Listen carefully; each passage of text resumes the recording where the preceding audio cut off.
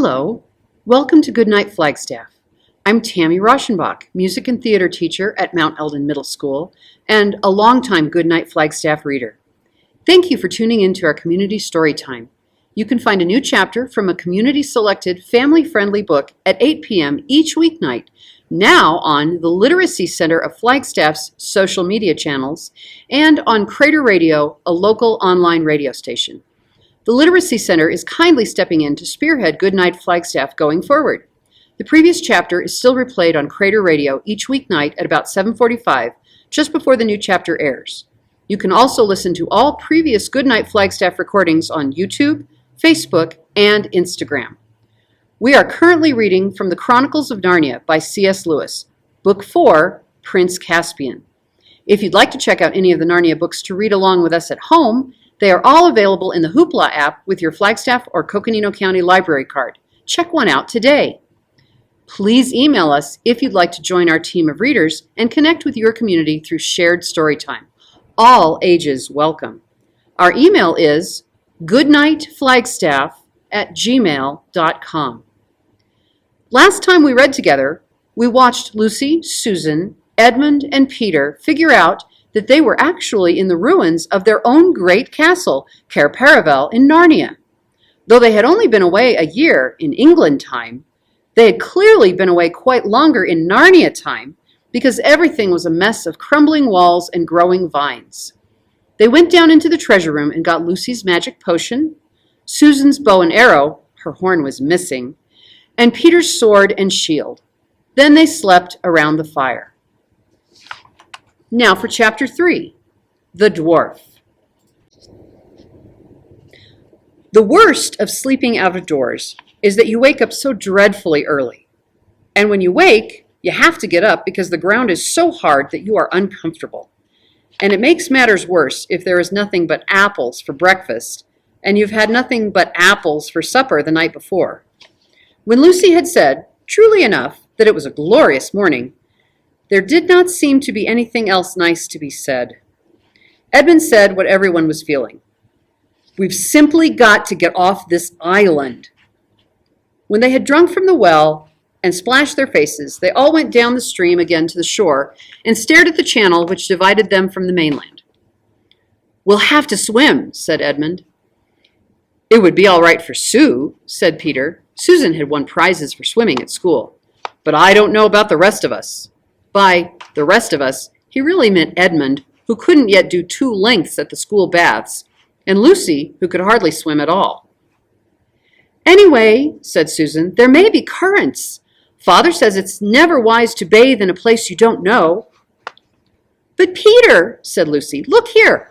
I know I can't swim for nuts at home, in England I mean, but couldn't we all swim long ago, if it was long ago, when we were kings and queens in Narnia? We could ride then, too, and do all sorts of things. Don't you think?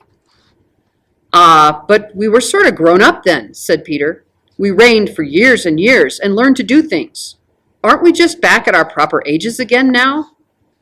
Oh, said Edmund in a voice which made everyone stop talking and listen to him. I've just seen it all, he said. Seen what? Asked Peter. Why, the whole thing, said Edmund.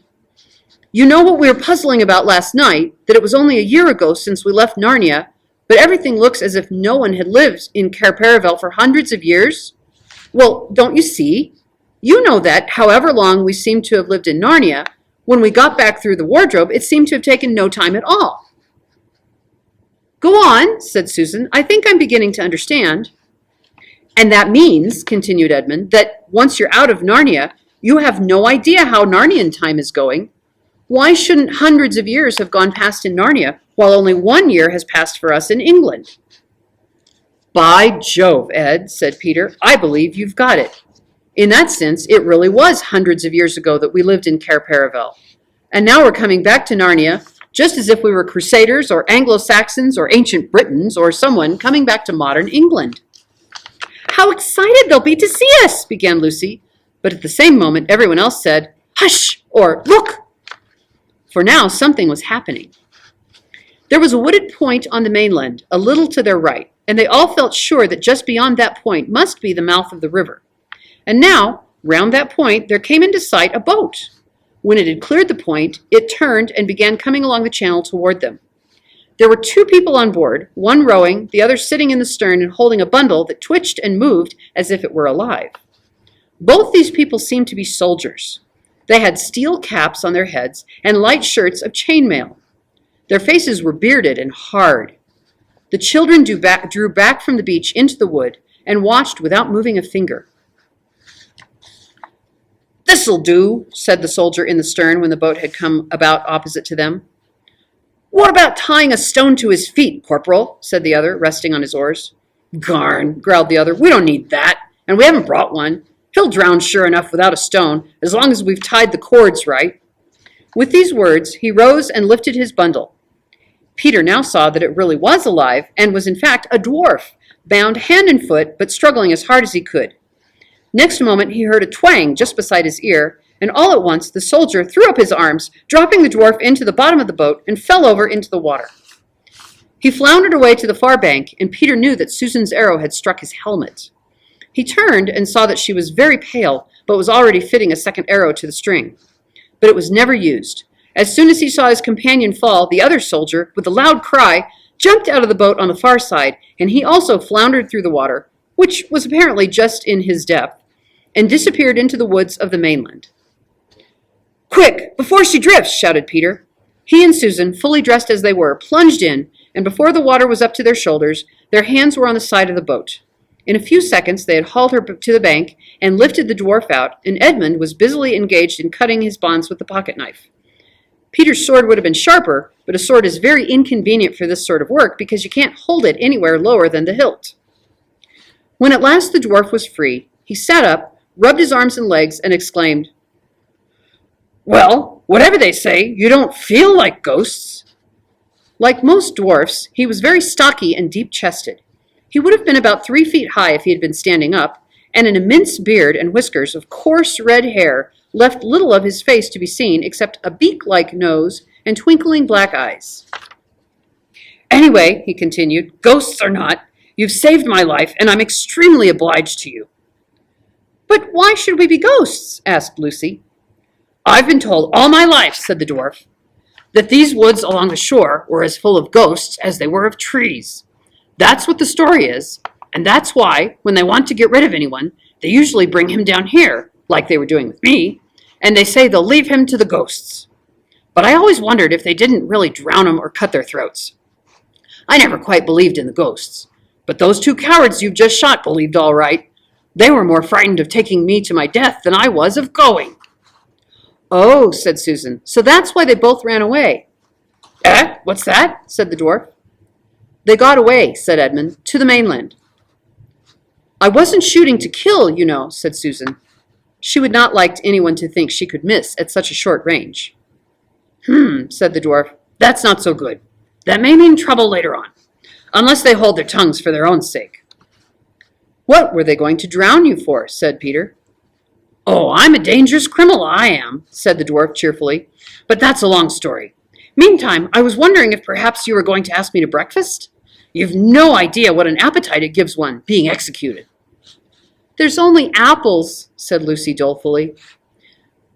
"Better than nothing, but not so good as fresh fish," said the dwarf. "It looks as if I'll have to ask you to breakfast instead. I saw some fishing tackle in that boat, and anyway, we must take her round to the other side of the island. We don't want anyone from the mainland coming down and seeing her." "I ought to have thought of that myself," said Peter. The 4 children and the dwarf went down to the water's edge, pushed off the boat with some difficulty, and scrambled aboard. The dwarf at once took charge. The oars were of course too big for him to use, so Peter rowed, and the dwarf steered them north along the channel, and presently eastward round the tip of the island. From here the children could see right up the river, and all the bays and headlands of the coast beyond it. They thought they could recognize bits of it, but the woods, which had grown up since their time, made everything look very different. When they had come round into open sea on the east side of the island, the dwarf took to fishing. They had an excellent catch of pavenders, a beautiful rainbow-colored fish, which they all remembered eating in Cair Paravel in the old days. When they had caught enough, they ran the boat up into a little creek and moored her to a tree.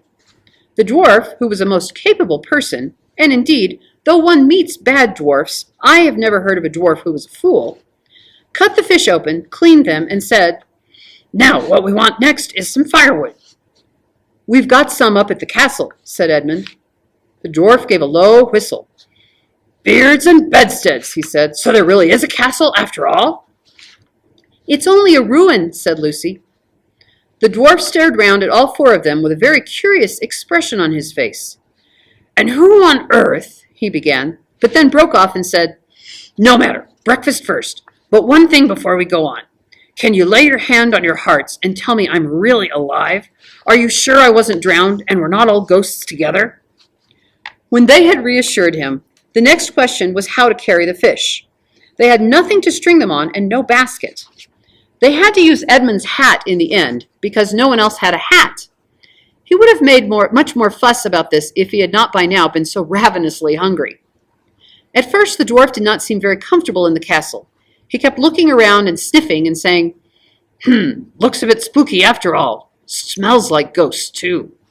But he cheered up when it came to lighting the fire and showing them how to roast the fresh pavenders in the embers. Eating hot fish with no forks and one pocket knife between 5 people is a messy business, and there were several burnt fingers before the meal was ended. But as it was now 9 o'clock and they had been up since 5, nobody minded the burns so much as you might have expected. When everyone had finished off with a drink from the well and an apple or so, the dwarf produced a pipe about the size of his own arm, filled it, lit it, blew a great cloud of fragrant smoke, and said, "Now." "You tell us your story first," said Peter, "and then we'll tell you ours." "Well," said the dwarf, "as you saved my life, it is only fair you should have your own way. But I hardly know where to begin. First of all, I'm a messenger of King Caspian's." "Who's he?" asked 4 voices all at once. "Caspian the 10th, King of Narnia, and long may he reign," answered the dwarf. "That is to say, he ought to be King of Narnia, and we hope he will be. At present, he is only King of us old Narnians." "What do you mean by old Narnians, please?" asked Lucy. "Why, that's us," said the dwarf. "We're a kind of rebellion, I suppose." "I see," said Peter, "and Caspian is the chief old Narnian."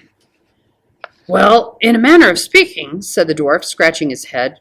"But he's really a new Narnian himself, a Telmarine, if you follow me." "I don't," said Edmund. "It's worse than the War of the Roses," said Lucy. "Oh dear," said the dwarf, "I'm doing this very badly.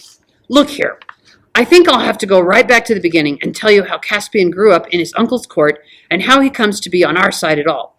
But it'll be a long story." "All the better," said Lucy. "We love stories." So the dwarf settled down and told his tale. I shall not give it to you in his words, putting in all the children's questions and interruptions, because it would take too long and be confusing, and even so, it would leave out some points that the children only heard later. But the gist of the story, as they knew it in the end, was as follows. That's the end of Chapter 3. Thank you for tuning in. Join us Friday night for Chapter 4 of Prince Caspian. Good night, Flagstaff.